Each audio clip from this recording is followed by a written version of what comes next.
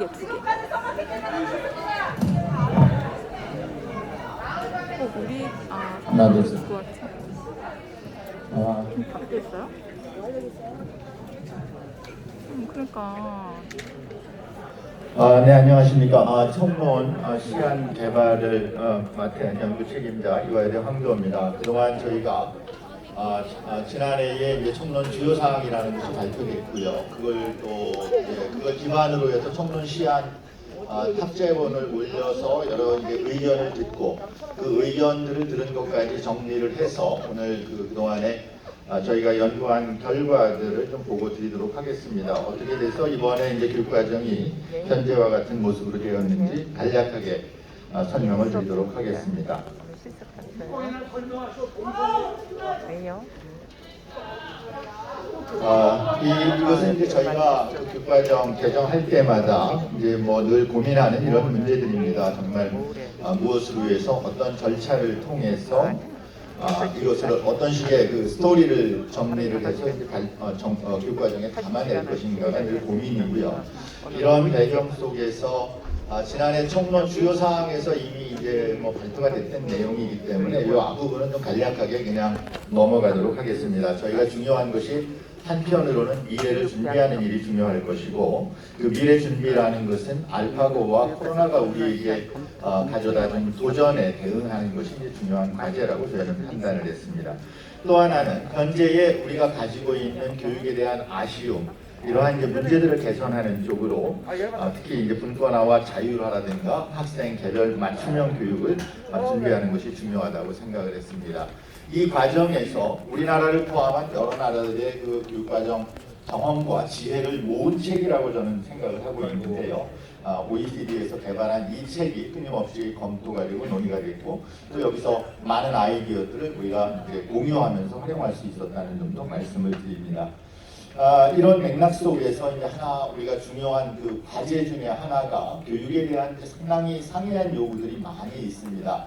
이것을 교육과정에 담아낼 때에 그것이 과도한 부담이 되지 않도록 하는 방안을 찾는 것이 상당히 어려운 과제이고 그러한 어려운 과제 속에서 다른 나라 사례들을 참고해 가면서 우리 학생들이 폭넓은 교육을 받되 또 깊이 있는 학습이 가능하도록 하는 방안을 찾고자 노력을 했다는 점을 말씀을 드립니다. 이런 배경 속에서 지난해 청론 주요 사항을 발표하는 그런 맥락 속에서 우리가 말하자면 의견이 많이 다를 때에 무엇을 기준으로 해서 판단을 내릴 것인가. 첫째, 학습자의 말하자면 성장을 지원하는데 기여할 수 있어야 하나, 둘, 셋. 잘 나옵니다.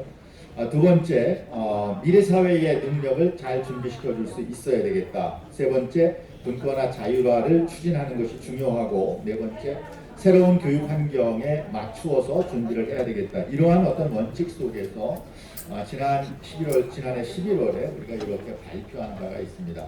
여기까지 그냥 간략하게 말씀을 드리고 이것을 기반으로 해서 지금 총론 문서 이제 우리가 정말 오늘 책자로도 이렇게 공유가 된 것으로 압니다만 이 문서를 이제 어떻게 만들 것이냐가 저희에게 금년에 주어진 과제가 되겠습니다. 이 총론 문서를 개발할 때에 이제 힘든 과제가 두 가지라고 생각을 했는데요. 하나는 다양한 지난해부터 제시됐던 여러 가지 아이디어들을 어떻게 총론 문서에 반영하고 담아낼 것인가. 첫째, 둘째, 학교 선생님들께서 좀 더 활용하시기 쉽고 이해하시기 쉬운 그러한 교육과정 문서로 만들어낼 수 있을까. 이 두 가지를 중요한 과제로 고민을 했는데요. 첫 번째, 반영하는 것과 관련해서는 우선 아까 말씀드렸듯이 요구사항들이 매우 다양하고 많습니다. 이게 이제 교육과정 과부하 문제를 가져오는 그런 상황이라는 점을 고려해야겠고 또 하나는 관점들이 서로 항상 같지 않다. 서로 충돌을 일으키기도 하고 갈등을 일으키기도 한다. 이것을 어떻게 이제 말하자면 균형을 유지해가면서 담아낼 수 있을 것인가가 중요한 과제였다고 생각을 합니다. 이런 맥락 속에서 이 두 가지를 말하자면은 피할 수 있는 그 어려움을 피할 수 있는 방안으로서 저희는 모든 것을 나열하는 방안보다는 범주화하고 위계화해서 계층을 정리하는 것이 중요하다고 생각을 했고요. 세 가지가 이해가 되겠습니다만 그러한 교육적 가치를 기반으로 교육의 자주성과 독립성 또 중립성 같은 것을 지킬 수 있는 방안을 찾도록 노력을 했습니다. 결론은 그렇게 함으로써 좀 더 총론 문서 자체에는 매우 좀 간결하고 압축적인 진술이 그 진술 중심으로 아마 구성이 될 수밖에 없다. 지금까지도 그래왔고 이런 여러 가지 이유 때문에 좀 더 보편적이고 포괄적인 용어로 우리가 그 여러 아이디어들을 담아내고자 노력했다는 점을 말씀을 드립니다. 두 번째 중요 과제는 총론 문서가 어떻게 선생님들께 좀 더 많이 활용될 수 있고 또 이해될 수 있도록 할 것인가 하는 그 문제였습니다. 좀 더 친숙하고 도움이 되는 그런 문서가 될 수 있도록 하기 위해서 교육과정 개정의 배경을 좀 추가하기도 했고 또 장별 안내문을 앞에 포함하기도 했고 앞으로는 이제 이것이 디지털 플랫폼을 통해서 선생님들께서 좀 더 활용하시기에 편리한 방향으로 저희가 이제 발전을 시킬 계획을 가지고 있습니다. 도식화하는 방안도 함께 고려는 했습니다만 이 그 초안들에 대해서 의견들이 많이 다르셨기 때문에 그것을 이번에는 그냥 구현하지 못했고 앞으로 해설서를 통해서 좀 더 도식화하는 그런 방안을 모색해 가고자 합니다. 이제 그 변화된 내용들을 중점적으로 좀 설명을 드리겠는데요. 가장 큰 변화는 목차의 변화입니다. 2015와 비교해 볼 때 쉽게 말하면 2015 때의 2장과 3장의 위치를 바꿨다. 그리고 이제 일부 절의 순서도 좀 바꿨다 하는 것이 큰 차이가 되겠는데요. 이렇게 목차를 바꾼 큰 이유는 전체적인 어떤 논리적인 흐름이 교육의 방향에 대한 큰 그림을 먼저 앞에서 제시하고 기준이라는 구체적인 내용이 뒤로 나오는 형태로 정리를 좀 했습니다. 이것이 다른 한편으로는 자율성에 학교의 자율성에 대한 어떤 관점을 반영한 것이기도 한데요. 과거의 것들이 먼저 기준을 제시하고 그 안에서 자율성을 발휘하라는 형태였다면 이번에는 모든 것을 기본적으로 자율적으로 설계 운영하시되 적어도 이 정도의 법적 기준은 준수해야 한다는 그러한 형태로 제시가 됐습니다. 또 학교교육과정 설계 운영의 중요한 원칙들을 좀 앞부분에 먼저 제시함으로써 선생님들께서 중요한 문건에 말하자면 접하실 수 있는 그 기회를 좀 늘렸다는 것도 중요한 고려사항이 되겠습니다.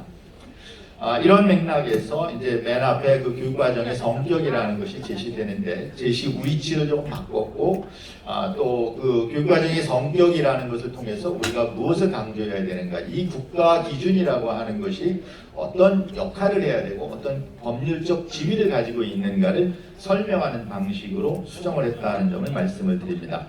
그 다음에 교육과정 구성의 중점, 이번 2022 개정에서 우리가 무엇에 초점을 맞췄는가 하는 것을 설명을 드리는 그런 자리가 될 텐데요.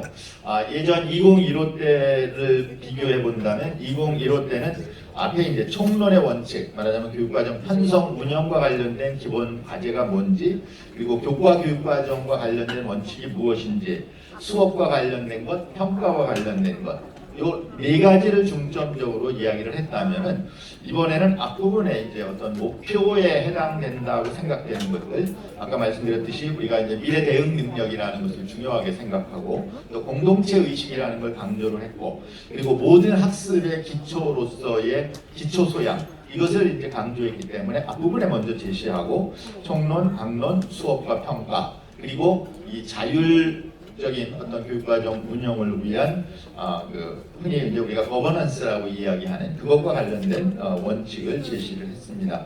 그래서 이렇게 7가지의 원칙으로 제시되어 있고요. 그것을 조금 좀 자세하게 살펴보도록 하겠습니다. 인간상과 관련해서는 사실은 그동안 인간상이 뭐 여러 교육과정 개정이 있었습니다만 그 핵심 키워드는 크게 달라지지 않았다고 생각을 합니다. 그만큼 안정성을 유지하는 것이 중요하다고 보았고요. 그래서 자주적인 사람, 창의적인 사람, 교양 있는 사람, 더불어 사는 사람 등등. 다만 이 설명문에는 그동안 이제 총론 주요 사항 설정, 또 여러 의견 들어온 그 여러 가지 중요한 키워드들이 거기에 잘 반영될 수 있도록 노력을 했다. 자주적인 사람은 자기 주도적인 사람으로 좀 용어를 좀 달리 표현을 했다는 점을 특징이라고 말씀드릴 수가 있겠습니다. 핵심 역량 2015 때 처음 들어왔는데요. 여기서도 마찬가지로 기본 틀은 지금 이제 역량 중심의 어떤 교육이 자리를 잡아가고 있다는 점을 감안해서 이것은 변화를 주지 않고 다만 그동안 소통 역량이라고만 이제 제시를 했던 것이 있습니다. 이것이 너무 의사소통에만 치중하는 것 같아서 이것이 서로 다른 사람의 관점을 존중하고 경청하면서 어떤 협력적인 관계를 맺어가는 것, 그 점을 강조하기 위해서 용어를 조금 바꿔보았습니다. 다음 학교 교육과정 설계와 운영의 말하자면 방향이라고 제시를 했는데요. 이 이제 새 교육과정에서 2장이 되겠습니다. 그동안은 편성 운영이라는 표현을 썼는데 좀 설계 운영이라는 좀 더 광의의 의미를 줌으로써 학교에서 좀 더 자율적으로 학생들에게 가장 적합한 학습 경험을 설계해서 교육을 운영할 수 있도록 하는 그 방향을 제시하고 거기서 관련되는 큰 원칙들을 제시를 했습니다. 예를 들어 교수학습과 관련돼서 수업이죠. 수업과 관련해서는 이 깊이 있는 학습이라고 피상적인 학습을 넘어서는 깊이 있는 학습을 지향하도록 했고 그것을 위해서는 다양한 교과 사이의 어떤 연계성이 강조돼야 되고 우리의 삶과 연계한 수업이 중요하다. 삶과 연계된다는 것은 실용적인 교육을 의미한다기보다는 이 구체적인 우리가 교과서에서 다루는 이 내용들이 우리의 삶의 실제 맥락이나 또는 여러 사례들과 어떻게 연결되는지를 더 이해할 수 있도록 하는 그런 방식으로 수업을 설계하는 게 중요하다 이렇게 강조를 했습니다. 또 하나 수업 설계의 핵심 과제는 학습자들이 그 참여라는 것이 그냥 자리에 앉아있는 참여를 넘어서서 관심과 호기심을 가지고 정말 몰입할 수 있도록 하는 그러한 방식으로 우리가 추진해야 된다는 원칙을 좀 말씀을 드렸습니다. 평가와 관련해서는 평가라는 것이 등수 매기기가 목적이 아니라 우리 학생들이 무엇을 잘하고 무엇이 부족한지를 확인을 해서 그 부족한 부분을 말하자면은 채워주고 그것을 위해서 개선하는 데 초점을 두어야 한다는 점을 강조를 했고요. 그 다음에 정답 찾았느냐 못 찾았느냐 그것을 넘어서서 학습의 과정을 함께 확인할 수 있는데 초점을 두어야 한다는 점을 강조를 했습니다. 그 다음에 이제 학교별 교육과정 편성 운영의 기준에 대해서는 별도의 연구진이 이어서 발표를 해 주실 예정입니다. 마지막으로 이제 학교 교육과정 지원에 관한 사항을 그동안은 국가 또는 교육청 이렇게만 나와 있었는데 이것을 지원 업무 방식으로 나누어졌다. 그렇게 구분을 해서 제시를 했다는 점이 특징이 되겠습니다. 자, 이것이 이제 발표가 된 이후에 앞으로도 지난번에도 그랬지만은 이제 지금 학제본이 국민 참여 소통 채널을 통해서 의견을 들었고요. 앞으로도 오늘 공청회 물론 공청회를 포함을 해서 주신 여러 가지 의견들을 모아서 국가교육위원회 심의의결에 고시될 예정으로 있습니다. 여러 가지 쟁점들에 대해서는 이미 아신다고 생각을 하고요. 이러한 그 상이한 관점들을 어떻게 반영할 것인가. 아까 다시 한번 좀 말씀을 드리면 앞에서 말씀드렸듯이 과부하의 문제를 우리가 피할 수 있는 방안이 무엇인가를 고민을 하지 않을 수 없었고 또 하나는 말하자면 대립되는 관점들의 균형을 위해서 이 총론 문서가 좀 더 간결하고 압축적인 그런 방식으로 진술을 했다. 보편적인 관점에서 진술을 하고자 노력했다는 점을 다시 한번 말씀을 드립니다. 이 앞으로 우리가 이제 추진해야 될 여러 가지 과제들이 있습니다. 물론 이 교육과정 총론 문서를 좀 더 잘 만들어 나가는 것 끝까지 저희가 노력을 할 것이고요. 그것 이후에도 앞에서 말씀드렸듯이 이 활용 측면에서 도움이 될 수 있는 디지털 플랫폼을 만드는 일이라든가 교과서 제도, 대입 제도 등등 이런 것들 만들고 특히 이번에 이제 많이 지금 강조가 되는 것이 이 학습 격차의 극복을 위한 책임 교육이라는 것을 어떻게 구현할 수 있을 것인가를 두고 좀 더 많은 논의가 필요하지 않을까 싶습니다. 그리고 또 하나 이제 중요한 과제 중에 하나가 다양한 그 논쟁적 주제들을 우리가 학생들이 어떻게 우리가 받아들이도록 해야 될 것입니다. 어른들이 정해서 너희들은 그대로 받아들여라가 아니라 정말 학생들도 스스로의 관점을 가지고 각 관점을 비교하고 이해하고 자신의 관점을 키워나갈 수 있도록 하는 방안을 찾아 나가는 것이 앞으로 중요한 과제가 아닌가 싶습니다. 네, 제가 준비한 말씀 여기까지입니다. 우리의 교육이 지금 이렇게 아주 푸르고 밝게 발전해 갈 수 있도록 기도합니다. 감사합니다.